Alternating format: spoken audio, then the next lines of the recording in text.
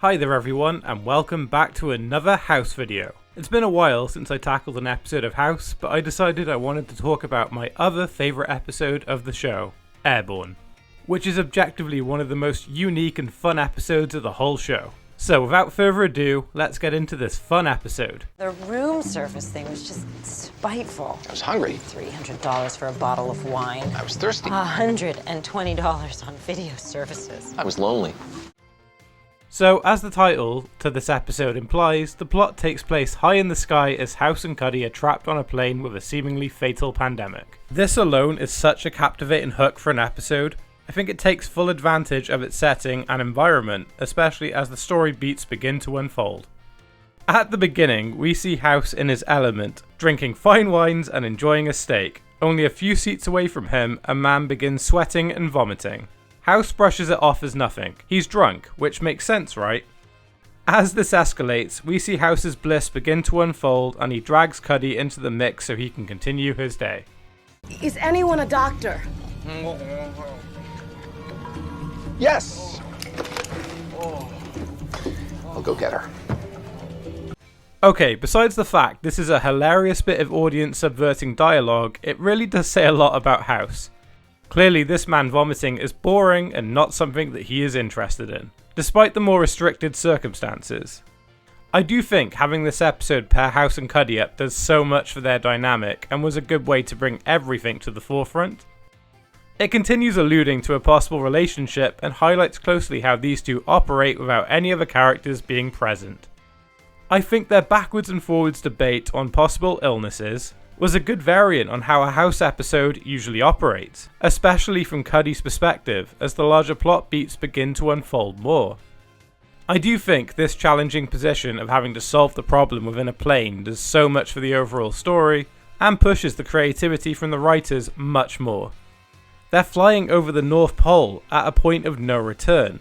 If whatever this is not solved, then the plane will be full of fatalities. It's such a good way of eliciting the pending danger.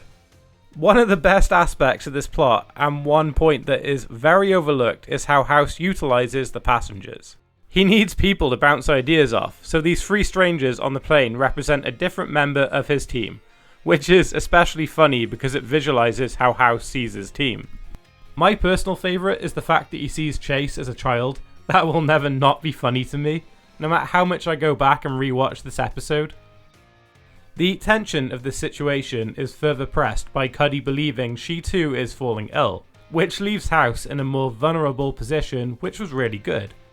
Despite the fact the general populace were just exhibiting mass hysteria, it was still a good plot device.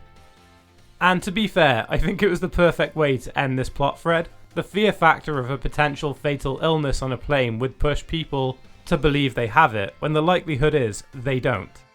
It's good satirical storytelling and was very entertaining, which just leaves Peng and his illness. I mean, in any other circumstance, I do think there were too many possible ailments, but given that House had very limited resources due to the environment, I think the plot gets away with it.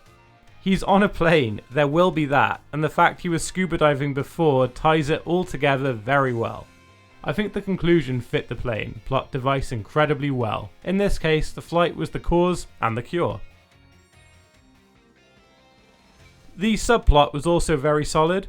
I like that Wilson sort of became the surrogate House by taking control of his team and solving the illness of the week plot. It really did give the supporting cast a stronger chance to shine. While I think the overall basis for the character's sickness was quite generic, I did find the character team up to be an intriguing one.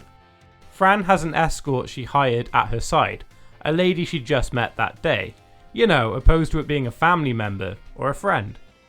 Which puts them in a difficult position, especially as she just wants to go. She isn't heartless, but equally she met this client today. I like the sort of bond and dynamic formed across the episode, but I do think Wilson calling her at the end was possibly too much. Overall, I think this is such a fun episode of House. It takes the normal formula and does something incredibly fun with it. The use of the flight as an isolating factor really pushed the writing and character work of House. All the while, it was fun to see his team operate without him. I found all the side characters interesting with a lot of amusing dialogue too. That is why I love this episode. What do you think? I would love to hear what your thoughts are in comments down below. If you enjoyed what you saw then, could you please hit that like button and subscribe? It will help my channel continue to grow. Remember, be careful of catching mass hysteria on a plane. I will see you all very soon.